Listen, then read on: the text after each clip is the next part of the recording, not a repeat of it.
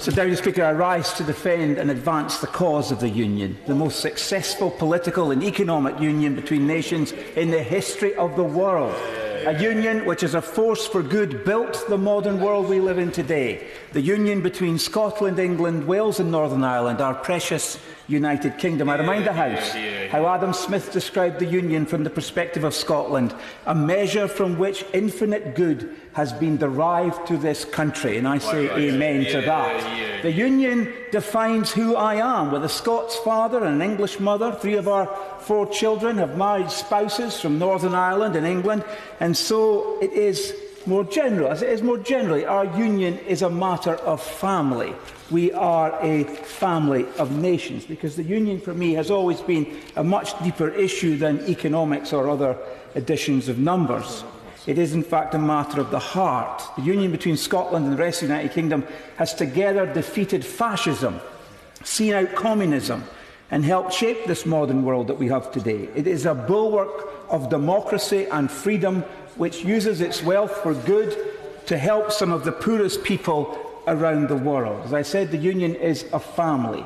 The English, the Welsh, the Northern Irish are our cousins, our nieces, our nephews, our wives, our husbands, in my case, my mother, my son-in-law, my daughters-in-law, and our grandchildren. We should not cast aside this social union for the sake of some backward-looking nationalist instinct. And we must always call out nationalism for what it is. Wherever it is in the world, it has created havoc and destruction by creating divisions between people. It is a deeply unpleasant and unattractive ideology.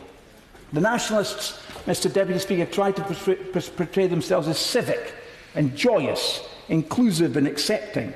But it's all wearing a bit rather thin now. I had the all-under-one-banner march in my constituency a few weeks ago, and at the heart of the march there was a huge banner. It read, "Tory scum out."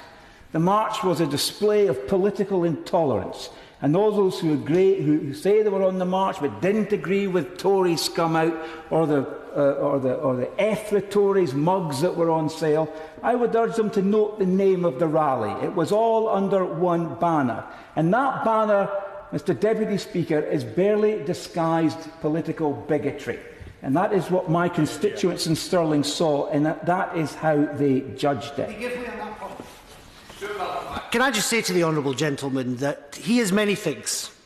A piece of scum is not one of them. And I would deprecate that banner, and I'll say this. The decent majority, and I'm sure he knows this, also deprecates that banner, and the sooner it is caught, melted down, recycled, whatever, the better. Can I say, Mr. Deputy Speaker, that the honourable gentleman is indeed an honourable gentleman, because in social media he has been the very first to condemn the antics of those extreme elements of the nationalist movement which these events, sadly, as we only too well know, attract. And I won't even relate anything further to do with my social media timelines, because, as the honourable gentleman knows, it's not the kind of place to spend any time if you want to keep your sanity. But it's time for us unionists to engage and defend the union against this kind of onslaught. And it's time for us to seek a future that will combat nationalism and will constantly rejuvenate the union to endure. And I say this for the benefit, really, of all of my colleagues, particularly my English and Welsh colleagues who are in the chamber, who maybe don't really fully appreciate the nature of Scottish nationalism on the ground as we encounter it as Scottish Conservative members of Parliament. Don't expect cooperation or partnering from nationalism. Don't expect there to be some agreement, some middle ground. Their aim is disruption, division and manufactured grievance, not unity. They're not interested in that because it doesn't serve their party political objectives. Now, divergence is a very important part of what we get from devolution. And I have absolutely no issue with that. And I believe passionately in local democracy and the divergence that comes through local democracy. But I don't hold with divergence for the sake of it. Of course we need to have locally tailored policy solutions to meet local conditions. But divergence that gives the union strength is when it's for a good reason. We have a Scottish legal system that's tailored to our country. We have an education system that's tailored to our country. It's ours. And all these things provide strength as Scotland can have solutions for its own systems, its unique history, and for the needs of its people. But where divergence is pointless, such as, for example, having a separate card for public transport in England and in Scotland, or coming up with two different systems for deposit returns, or dismantling the British Transport Police, simply because it has British in its name. This is merely nationalist ideology, which we have to be strong to stand up against. And these differences are not about public policy necessities, but they are about pulling Scotland apart from the rest of the United Kingdom to become separate. The nationalists want to use divergence to create division.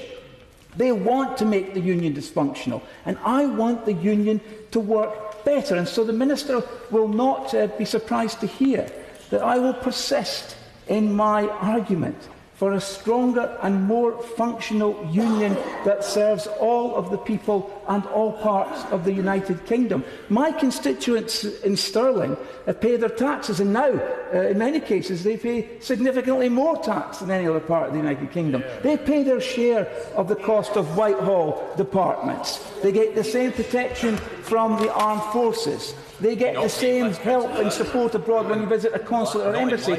But when it comes to some of the other union departments, the support becomes less clear. And I repeat again, making it clear by, for example, renaming ministries and departments that serve England only as such.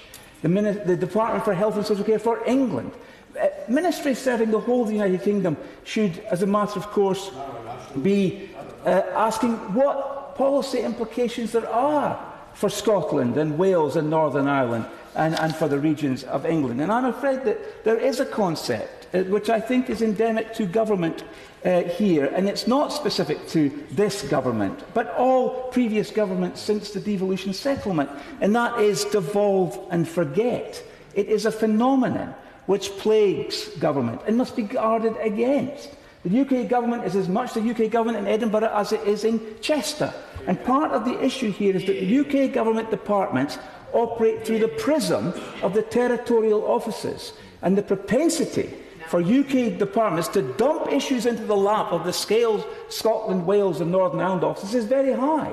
And they also far too easily think about devolving further to the Scottish Parliament. Automatically, it's almost an automatic reaction. And sometimes this is appropriate and right, and other times, frankly, it leads to problems and unnecessary confusion. And I would draw the example of the broadband issue that plagues us in Scotland as an example, but I'll give way. What exactly have they rushed to devolve that they shouldn't have devolved? Well, yes, the British Transport Police, as my honourable friend rightly says, is the one that immediately springs to mind. But I would suggest that the delivery of broadband is an example where we should never have devolved the delivery of broadband to the Scottish Government. They were given the responsibility of delivering broadband in Scotland by BD UK, and the result is mayhem. Frankly, we are so far behind other parts of the United Kingdom on the delivery of broadband because we allowed the Scottish Government to get involved in it in the first place. Now we can see the problems with this situation that's arisen, and it makes it unclear who's responsible. Broadband's a good case because when anything good happens in Scotland, the Scottish Government ministers will turn up and get their photographs taken. Anything that goes wrong in Scotland is all reserved, and they point at all of us and say, "Oh, it's reserved. You should deal with it." These kinds of games go on all the time, and it's insidious, and it makes it all the more easier for the nationalists in that space of confusion with their ideology of grievance and division to do just that. And we must avoid that by improving our system or machinery of governance. Now, 1 minute. 1 minute. Best bit to come. UK government departments should be unafraid to fly their colours in Scotland. They should be unafraid to proudly hoist the Union flag above their offices every single day of the year, not just on the Queen's birthday, and tell the people of Scotland loudly and proudly that their United Kingdom government is serving them. It will show people clearly that Scotland has two governments that are both working to deliver vital public services for the people of Scotland, but they must work closer together. Now, to conclude, and this may seem somewhat controversial, but this debate about the intergovernmental relations in the UK is going to continue until we address the issue of the machinery that we need to have to make the governments of this country work more closely together. And ironically, I turn to the White Paper on the future relationship between the United Kingdom and the European Union.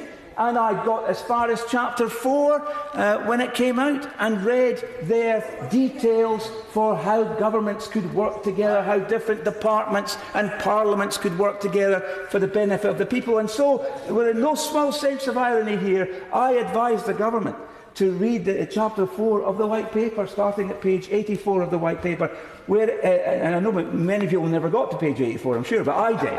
And in page 84, it talks about how these arrangements could be put in place by which governments could work together. It is a very interesting chapter. And I specifically refer to paragraph 2 of chapter 4, because the institutional arrangements are practical, they're flexible, they create dialogue, they create mechanisms for resolving disputes, and they create accountability. They create the necessary mutual constructive tension that will be necessary for us to get the best government possible for the people of our country. So, to conclude, and I will conclude, Mr Deputy Speaker, and I'm grateful for the support that I get for that statement, if nothing else that I've said. It's understandable in Scotland, where the political climate can sometimes be quite poisonous, for people to feel intimidated and harassed rather than to engage in debate. Because sometimes under the guise of robust debate, so much is said and done that falls squarely into the category of bullying. And fear is understandable, but I call upon Her Majesty's Government not to flinch.